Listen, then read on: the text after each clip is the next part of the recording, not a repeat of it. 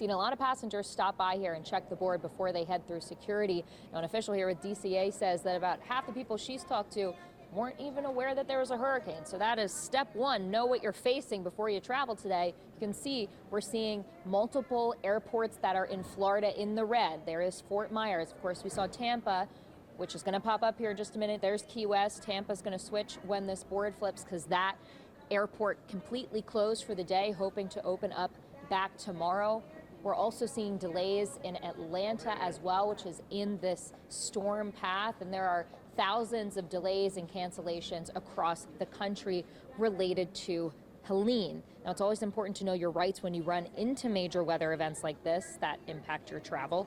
For controllable cancellations and delays, you have a little more standing, according to the Department of Transportation, than when it comes to events out of the airline's control, like this major weather event. You are, however, entitled to a prompt refund if your flight is canceled or significantly delayed, which is defined as more than 3 hours domestically and 6 hours internationally.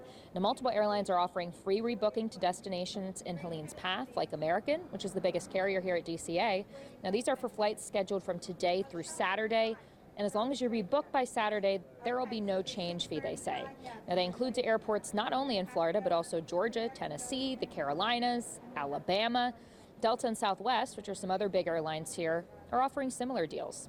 I spoke with a passenger who is heading to Belize through Miami about what her travel plans are if Helene impacts them. I'm headed to Belize City, Belize through Miami. We'll see about the weather and the connections. If I get stuck in Florida, my family's like 4 hours away, so maybe that helps, or maybe I just have to stay in a hotel for a couple days until I can go. Now, you never know what the ripple effect is going to be of storms like this, so our team will be keeping an eye on its path as well as the impact on air travel throughout the day. At Reagan National, Jess Arnold, WUSA 9.